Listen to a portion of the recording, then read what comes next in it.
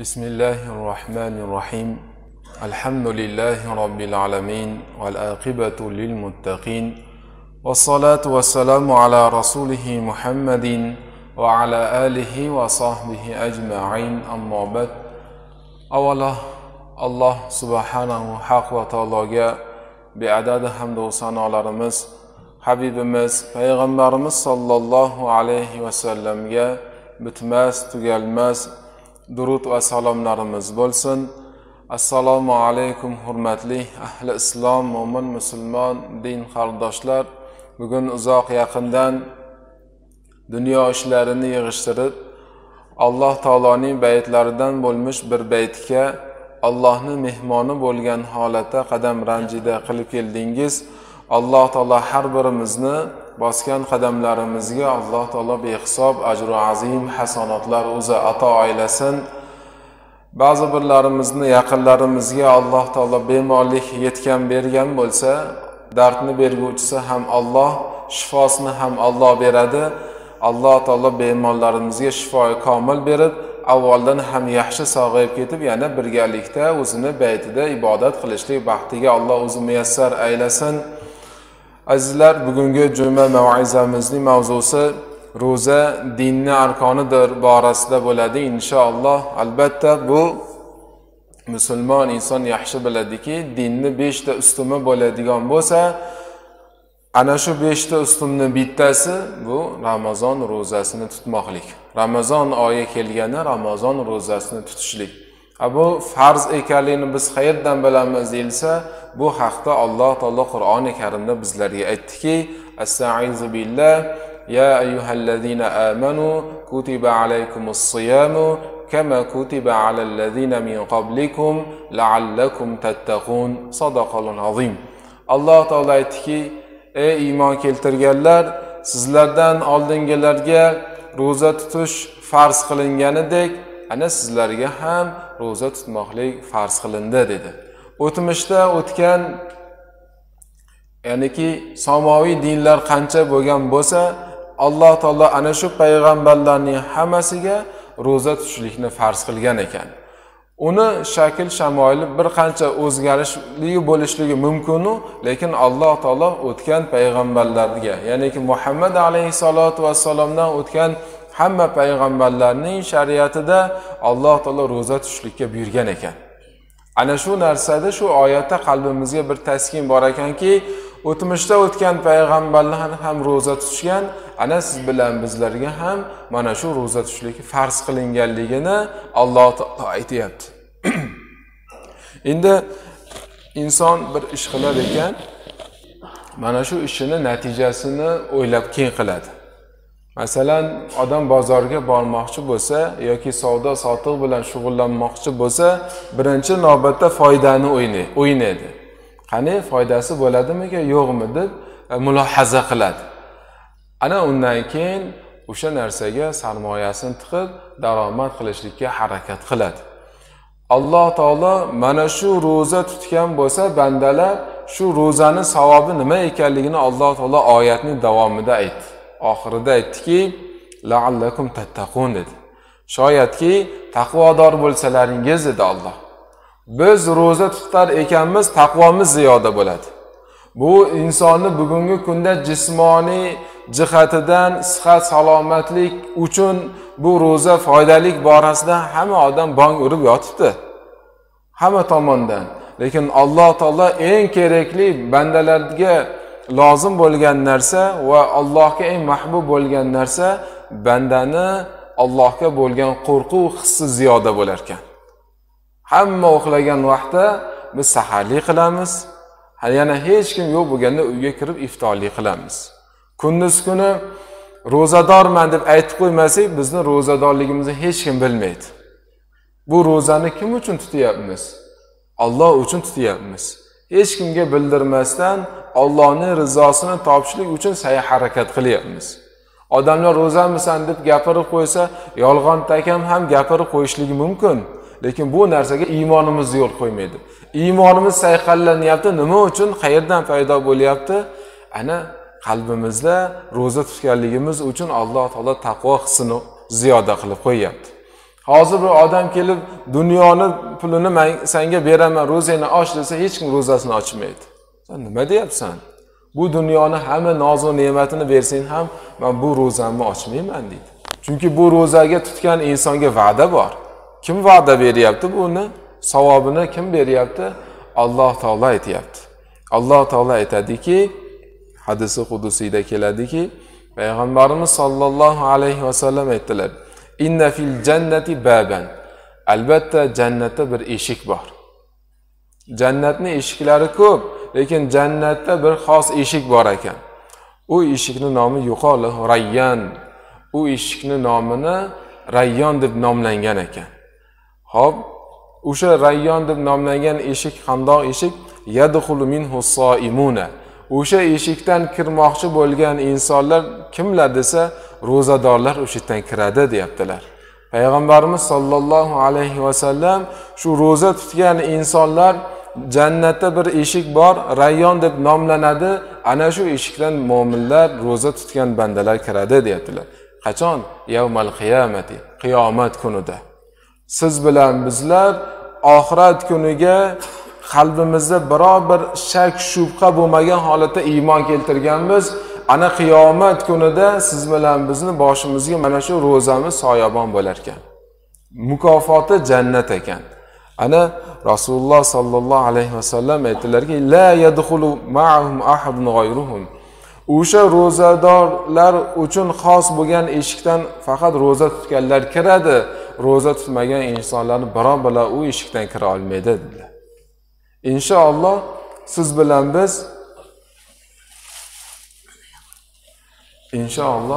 bilan biz hozir ro'za tutib, o'sha jannatga kirishlik uchun iymonimiz bo'lganligi uchun ro'za tutyapmiz. Allohning va'dasiga ishonganligimiz uchun ro'za tutyapmiz. Yo bo'lmasa tuta olmasayda, yo bemorlik yo keksalik sababidan fidya beryapti kishilar. Ana u aytarkanki jannatda yuqoli ayna soimuna, ro'zadorlar qayerda deyirkan, chaqirib olar ekan. Ro'zadorlar qayerda dedi.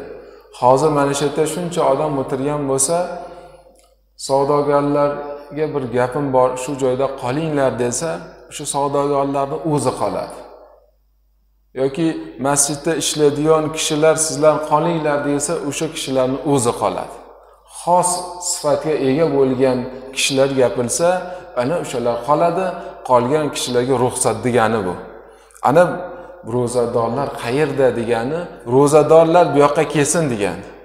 Ro'zadorlar o'z-o'zidan o'sha joyda qoladi. Rayyon deb nomlangan jannatga o'sha joyga kiradi. Fayadkhulu minhum fa idza dakhala akhiruhum ughliqa falam yadkhul minhu ahadun. Hop, ro'zadorlar o'sha Rayyon deb nomlangan jannatga kirgandan keyin u jannatni eshigi yopilar ekan. Undan keyin u eshik ochilmas ekan. Aslo ochilmas ekan. Faqat ro'zadorlar o'sha joydan kirib olar ekan. Ana u eshik yopilgandan keyin undan keyin unga hech kim kira olmaydi deyaptilar. Demak, siz bilan bizlar mana shu jannat sari banda harakat qilishligi. Taqvomiz ziyoda bo'lyaptimi? Ana u jannatga kirdi. Jannatdagi holat qanday degan savol ham tug'ilishi mumkin. Bolalarni maktabga qiziqtirganda, maktabda do'stlaring bo'ladi, o'qiysan, olim bo'lasan, odamlarga foyda keltirasan desa, bola maktabga tezroq chiqay deydi. Agar boqqa boraman, o'sha joylarda bir ko'rasan desa, dadajon, tezroq meni boqqa olib boring, u joyni ko'ring deydi insonlar. Yosh bolalarning tabiati xuddi shunday. Shuning uchun ham Alloh taolo Muhammad surasida aytdiki, Astagfiru billah, "Masalul jannati allazi wu'ida lil muttaqun." Muttaqi taqvodor bandalarga va'da qilingan jannatni misoli deyapti Alloh. Biz ro'za tutyapmizmi? Ro'zadan ko'zlangan maqsad taqvomizni ziyoda eltishlikmi? Ana muttaqi taqvodor bandalarga, Xudodan qo'rqadigan bandalarga Alloh taolo jannatni hozir qilib qo'ygan ekan. U qanday holatda desa, u shunday holat ekanki, fiha anharun min ma'in g'ayri asin. U joyda suv aynamagan anhorlar bor ekan. Suvni qo'yib qo'ysangiz tursa aynib qoladi. ichkisi kelmay qoladi. U joyda shunday suvlar bor ekanki, u mazasi o'zgarmas ekan. Abadiy o'zgarmaydigan anhorlar bor ekan. U oqib turar ekan anhorlar. Siz bilan biz bir joyda o'tirsak, ostimizdan anhorlar oqib turadi. Anhor bor joyda o'tirsangiz, uning tovushi sizga yoqimli bo'ladi. Siz rohatlanasiz suvning tovushini eshitganingizda. Ana shunday anhorlar bor. Uni hidi kelmagan, ta'mi o'zgarmagan holatda bo'ladi. Birinchisi, va anharu min labanin lam yataghayyar ta'muhu. Yana bir anhor bor ekan, anhor oqib turar ekan. U anhor nimadan iborat? Sut oqar ekan. Sut oqib turar ekan. U sut ta'mi o'zgarmagan holatda bo'lar ekan. Hidi o'zgarmagan, muattar hid bo'lgan holatda anhor oqib turar ekan. Anhorda nima oqadi? Sut oqadi. Inson tug'ilibdiki, to o'lgunga qadar sutga muhtoj bo'ladi. Onaning ko'kragiga muhtoj bo'ladi bola. Katta bo'lgandan keyin chorva hayvonlarning sutidan iste'mol qiladi. Ana inson sutsiz o'zini tasavvur qila olmaydi. Albatta dasturxonida sut bo'ladi yoki sutli mahsulot bo'ladi. Jannatda ana shu anhorda oqib turar ekan, sutlar oqib turar ekan, ta'mi o'zgarmagan holatda. Va anharun min khamril lazzati lish-sharibin. Yana bir anhor bor ekanki, etta xamir oqib turar ekan. Mast qilguvchi ichimliklar deyiladi bu dunyoda. Bu dunyoda mast qilguvchi ichimliklar ichgan inson u jannatdagi lazzatli bo'lgan, totli bo'lgan xamirdan icha olmas ekan. Bu dunyoda mast qilguvchi ichimliklarni ichgan insonlar mazasi qochadi, kasal bo'ladi, odamlar uni oldida o'tirgisi kelmaydi, chunki uni oldida o'tirgan insonni tabi xira bo'ladi, undan kelib turgan, anqirib turgan hiddan odam hazar qiladi. Jannatda shunday anhor bo'lar ekanki, mast qilguvchi ichimlik oqib turar ekan, lekin u sizga totli bo'lar ekan, lazzatli bo'lar ekan, uni hidi bo'lmas ekan, sassiq hidi bo'lmas ekan, badbu hidi bo'lmas ekan, balki muattar go'zal hidi bo'ladi. Ana mana shu oqib turadi deyapti Alloh. Va anharu min asalin musaffa. Yana bir anhor bor ekanki, etta sof bo'lgan nima oqadi? Asal oqib turar ekan.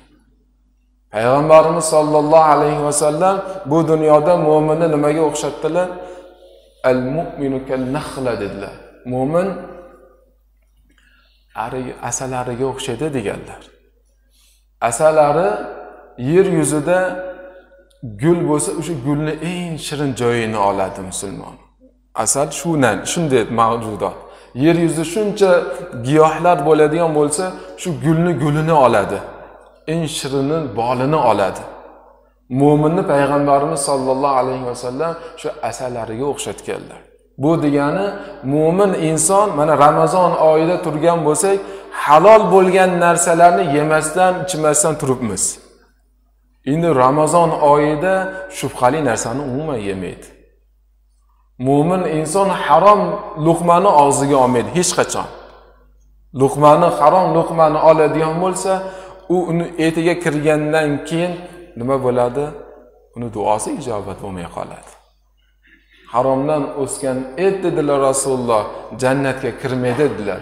Ana payg'ambarimiz sollallohu alayhi vasallam shuning uchun mu'min insonni asalariga o'xshatyaptilar.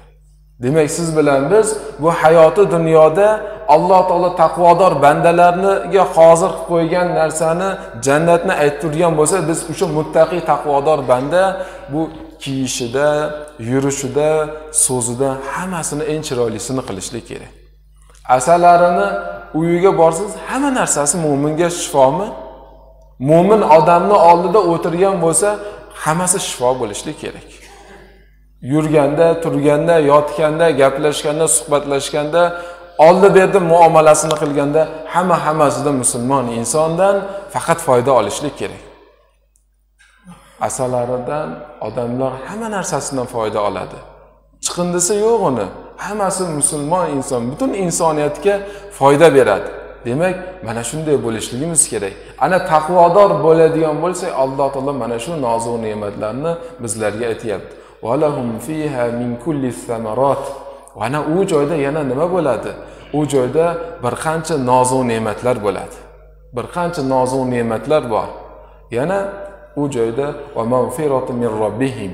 va sizlarga u yerda Robbilaringiz tomonidan mag'firat bo'ladi deyapti. Hozir qayerda dahada turibmiz? Mag'firat dahasida turibmiz. Siz bilan bizni Alloh taolo ey bandam seni gunohingni kechiraman deb o'zi Alloh o'zini baytiga chaqirib qo'yishligi katta bir baxt. Katta bir baxt. Odamlar dunyo ishi bo'lsin, uy bo'lsin, bola chaqamni qilay deb dunyo ishi bilan, rizqi bilan yelib yugurib yuribdi.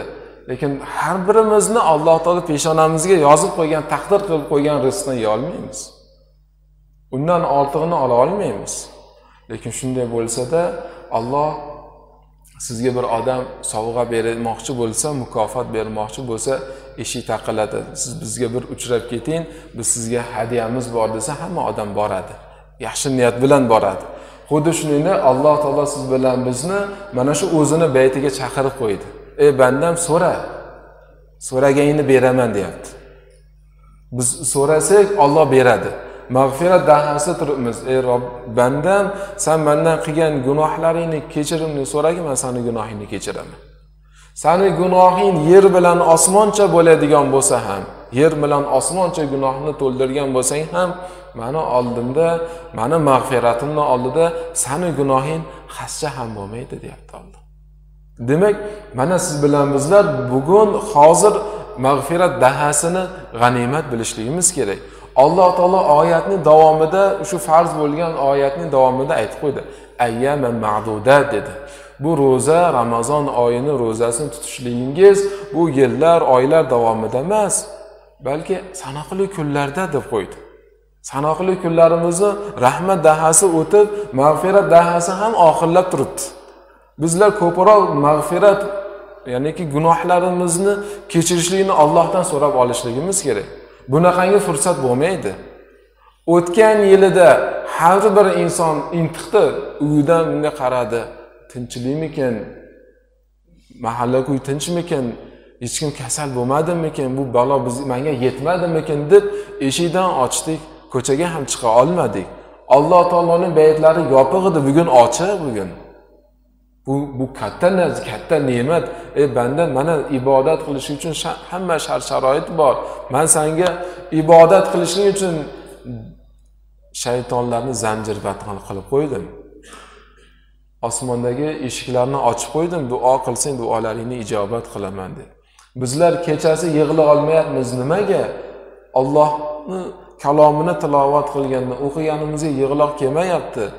Aslida Alloh taoloning kalomini biz tilovat qilganimizda qalblarimiz titraydigan, ko'zlarimizdan yosh oqadigan bo'lsa, ani ko'zimizdan bir tomchi oqqan yosh qiyomat kunida do'zaxni olovini o'chiradi. Nimaga shundoq? Chunki u yosh mol dunyoni yo'qotgandan yoki biror narsadan emas, Allohdan qo'rqib yig'langan yosh. Allohning rahmatidan umid qilgan holatda ko'z yosh to'kkanimizdan Alloh ana shu olovlarni o'chirib tashlaydi, ko'z yoshimiz. Shuning uchun azizlar, siz bilan bizlar mana Ramazon oyida turibmiz, mag'firat dahalarida turibmiz. Mana shu narsaga biz e'tibor berishligimiz kerak ekan. Yana mana shu Ramazon oyida taqvoni ziyoda qilishlik borasida aytgan bo'lsak, payg'ambarimiz sollallohu alayhi vasallam aytadilar. Buni vatandoshimiz Imom Buxoriy rahmatulloh alayhidan keladi. Bu Abu Hurayra radhiyallohu anhu dan rivoyat qilinadi. Payg'ambarimiz sollallohu alayhi vasallam aytdilar: "Man lam yada' qawla az-zur wa 'amala bihi wal jahla falaysa lillahi hajatun fi an yada'a ta'amahu wa sharabahu." Kim roza tutsa-yu yolg'on guvohlikni tashlamasa, unga amal qilishni qo'ymasa, johil degani Allohga isyonini qo'ymaydigan bo'lsa, Alloh taolo uni ro'zasini qabul qilmaydi. Uni foydasi yo'q. Yemog'ini, ichmog'ini tashagandan foydasi yo'q. Hech qanday foyda bo'lmas ekan. Biz roza tutdik, tutgan ro'zamiz ochlik va chanqoqlikni his qilamiz xolos ekan. Alloh qabul qilmas ekan. Qaysi bir bandani ana roza tutgan inson yolg'on guvohlik gapirishlik, ya'ni ki yolg'on guvohlik berishlikda. Eshitib qo'ldingizmi, ana unaqangi bo'lyapti ekan. o'zi bunaqangi degan so'zni banda to'xtatishlik kerak. Biz to'xtatishligimiz kerak. Qavlu zo'r, yolg'on guvohlik, shundayki boshqa bir hadisda keladiki, Payg'ambarimiz sollallohu alayhi vasallam aytadilarki, men sizlarga gunohi kabiralar haqida xabar beraymi degan hadisda keladiki, ha xabar bering deganlarida sahoba ikromlar Rasululloh aytdilarki, al-ishroku billah dedilar. Gunohi kabiralar eng kattasi Allohga shirk keltirish dedilar. Va qawlaz zur dedilar. Yana bittasi yolg'on guvohlik berishlik dedilar. Yolg'on guvohlik berish bu iymonimizni puturga yetkazib qo'yadigan ishda. Qaysi ma'noda? Bir odam haqida noto'g'ri ma'lumot berishlik, noto'g'ri xabar berishlik. Auza ona odam bunaqangi, bu odam bunaqangi deyish. Aslida shariat islomda bir insonga noto'g'ri guvohlik beradigan bo'lsa, darra uriladi, azob beriladi. Odamlarni oldida 80 darra uriladi. Noto'g'ri guvohlik berganligi uchun, xabar tarqaganligi uchun. Hozir unaqangi darra berilgani yo'q. Hech kimga unda jazolar yo'q. Lekin bunaqangi azob yo'q ekan deb men yolg'on gapiraveraman desa, Alloh asrasin, u darralar qiyomat kunida do'zaxning olovidagi qimchillardan ham bo'lishligi mumkin. Shuning uchun azizlar, birinchi navbatda bugun yolg'on guvohlikni banda qo'yishlik kerak. Yana yolg'on guvohlikka qo'shilgan narsa nima? G'iybat. Payg'ambarimiz sollallohu alayhi vasallamning huzurlariga ikki kishi bir-birini g'iybat qilganda nima deyildi? Tupuringlar deyildi. Tupurishodi. Chaynalgan qon aralash go'sht tushdi. Bu nima? Birodaringizni go'shini yedingiz dedilar. Biz birodarimizni go'shini yeymiz ekan. Alloh taolo Qur'oni Karimda sizlar birodaringizni o'lib qolganiga o'tgan odamni go'shtini yeysizlarmi? Yo'q, sizlar yemaysizlar. O'tgan insonni ko'rishlik bugun haliga yuragimiz dosh bermaydi. Keyin qo'y nima qilaman, ko'radi deymiz. Endi uni go'shtini yeyishlik qandoq bo'ladi? Mana shu g'iybat birodarini go'shtini yegan bo'lar ekan. Mana shu g'iybatdan siz bilan biz bugun tilimizni saqlashligimiz kerak. Biz roza tutyapmizmi? Faqat zohiriy roza bo'lib qolmaslik kerak ekan. Rozamizni yana ko'zlangan bitta maqsadda tilimizni harom so'zlardan, g'iybat, bo'xton, ana shu narsalardan saqlaydigan bo'lsa, tilimiz roza tutgan bo'ladi. Hozir badanimiz roza tutyapti. Ichmayapmiz, suv ichmayapmiz, taom yemayapmiz. Bu demak badanimizni shahvatdan tiyib turganligimiz uchun badanimiz roza tutyapti. Tilimiz roza tutadi, qandoq bo'ladi? G'iybat, bo'xton degan narsaga yaqinlashmaydi. To'g'ri gapni ham kamroq gapiradi. Sabr qilib, balki tilini Allohning zikri ila ushlab turadi. Mana bu ro'zani yana bitta ko'rinishi. Qalbimiz ham roza tutishlik kerak. Qalbimiz musulmon insonga nisbatan kek saqlamaslik kerak. Alloh taolo Qur'oni Karimda innamal mu'minuna ikhwah dedimi? Albatta mu'minlar bir-birlariga aka-uka, birodardirlar deganmi Alloh taolo? Demak, ana shu birodarchilikni qo'yishlik kerak. Hozir Allohning bayatida hammamiz birjon bo'lib Allohga qulchilik qilib, bandachilik qilib, Allohning buyrug'ini bajaraman deb keldikmi? Demak, ko'chaga chiqqanimizda avvalambor imomdan aybini topmasligimiz kerak. Imomlar unaqangi, bunisi bunaqa, ana odam ketyapti, u unaqangi deb bir-birimizni g'iybat qilib, bir-birimizga musulmon inson bir-biriga kekni, g'azabni, kibrni joylamaslik kerak. Buni chiqarib tashlashligimiz kerak. Qalbimizni poklashligimiz kerak. Qaysi illatlarda? Mana shu shaytoniy illatlarini chiqarishligimiz kerak. Kibr bo'ladimi, manmanlik bo'ladimi? Odamlar ko'rsin, odamlar bilsin degan narsa bo'ladimi? Ujub degan narsa bor. Men undan ustunman degan narsa bor. Ana o'shanaqangi narsalardan biz qalbimizni poklashligimiz kerak. O'shani saqlab tursak, demak qalbimiz roza tutgan bo'ladi. Ko'zimizni haromdan tiyishligimiz kerak. Ana shu narsa. Burnimizni o'sha g'iybat bo'lib turgan joydan saqlashligimiz kerak. Hozir shu darajada iymonimiz zaiflashib ketdiki, bir joyda g'iybat bo'lib turgan bo'lsa, eng yengili jim o'tiramiz. eshitdimmi, gapirmadimmi deymiz. Eng kuchimiz yetmagan. Kuchimiz yetsa, to'xta, g'iybat qil, nima qilasan? Roza og'izmiz, roza tutyapmiz. Nima qilasan g'iybat qilib? Uni aytganing bilan hech qanday narsa o'zgarmaydi-ku degan narsani gapiradigan darajada iymonimiz yo'qib, kamayib ketdi. Iymonimiz zaiflashib ketdi. To'xta, nima qilasan g'iybat qilib? Birovlarning ishiga aralashibsan, nima qilasan degan so'zni ayta olmaydigan darajada zaiflashib qoldik. Ana shuning uchun siz bilamizlar, iymonimizni ziyoda qilishligimiz kerak. Iymonni ziyodasi nima bilan bo'ladi desa, payg'ambarimiz sollallohu alayhi va sallam ana Me'roj kechasiga bo'lgan voqeada, Isro va Me'roj voqeasida payg'ambarimiz sollallohu alayhi va sallamga jannat ahllarini ko'rsatildi. Do'zax ahllari ko'rsatildi. Ana Rasululloh sollallohu alayhi va sallam aytadilarki, "Lamma urija bi maratibi qaumin lahum azfarun min nukhasin yakhmashuna wujuhahum wa sudurahum." Me'roj kechasida men bir qavmni oldidan o'tdim. U qavm qanday holatida? Bir jamoa bor ekan, u jamoalarni tirnoqlari misdan ekan. Misdan ekan. Ana shu tirnoqlari ila ular yuzlarini tirnashyapti.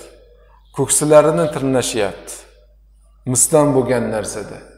Ana hozir bir odam misdan bo'lgan narsa bilan yuzini tirnaydigan bo'lsin, bir kunda 1000 marotaba oynaga qaraydi. Qachon ketar ekan bu narsa deb.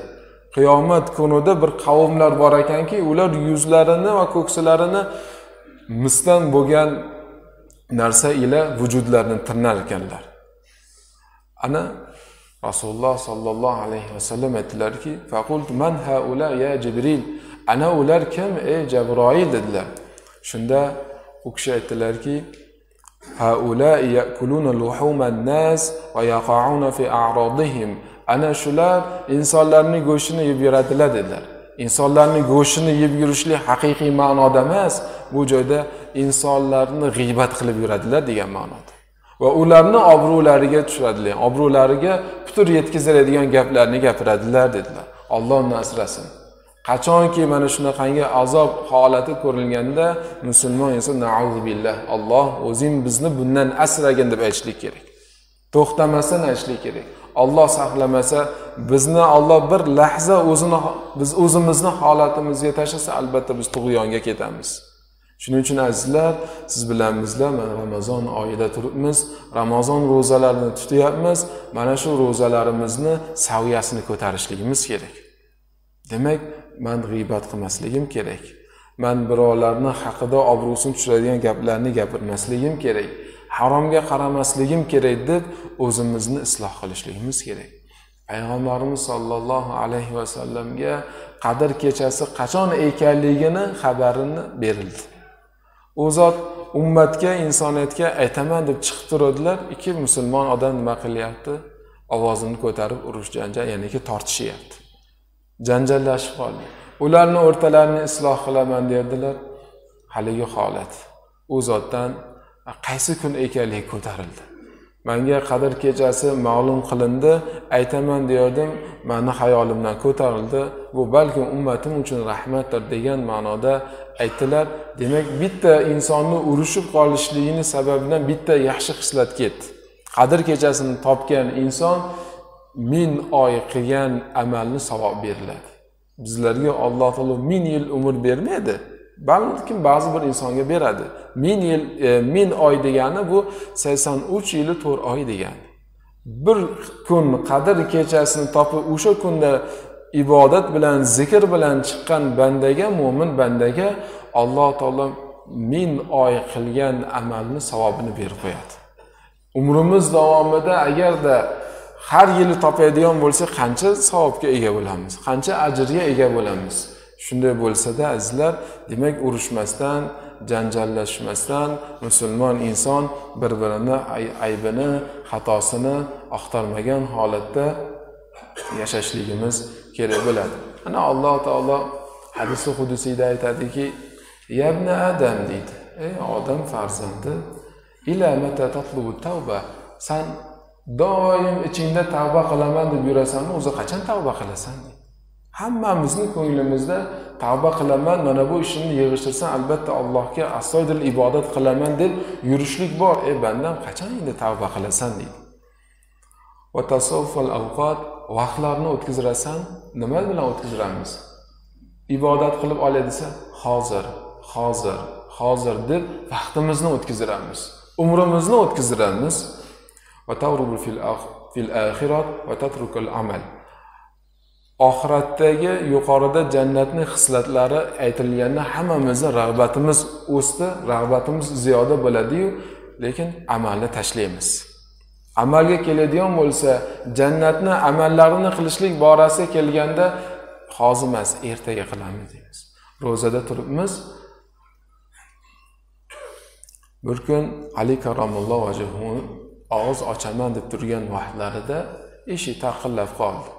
Shunda bir odam taom so'rab keldi. Bir miskinman, hech yegulik ovqatim yo'q. Ovqatlar iftorlik uchun hozirlab qo'ygan taomlarini shunda berib yubordilar. O'zlari och holatda yana kechasini o'tkazildilar.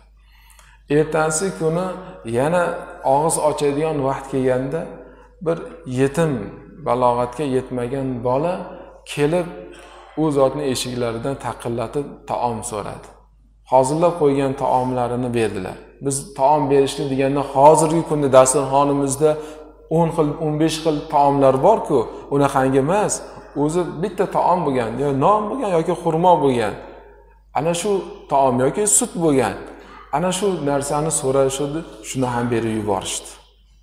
3-kuni yana taom so'rab keldi bir odam. Og'iz ochadigan paytda endi og'izni ochaman desalar, eshik taqilladi, eshikni ochsalar bir asir. Menga taom bering dedi. Haligi taomni berib yubordilar. Natijada shu qilgan ishlarining sababidan Alloh taolo ularni madh qildi. Va yud'imuna at-ta'ama ala hubbihi miskina va yatima va asira. Ular Allohning rizosi uchun Allohdan berilgan mukofotni umid qilgan holatda o'sha bergan insondan yo minnatdorchilik yo shukrni istabmas, Allohning rizosini istagan holatda mana shu ishlarni qildilar. Ana ular o'zlari yaxshi ko'rgan narsani berdilar. Demak, siz bilan biz oxiratdagi amallarni qilishlik borasida bo'shashmasligimiz kerak ekan. Oxiratdagi savoblarni umid qilamizmi? Amalni tashlamasligimiz kerak ekan. Amal har qanday ko'rinishda bo'lsa-da.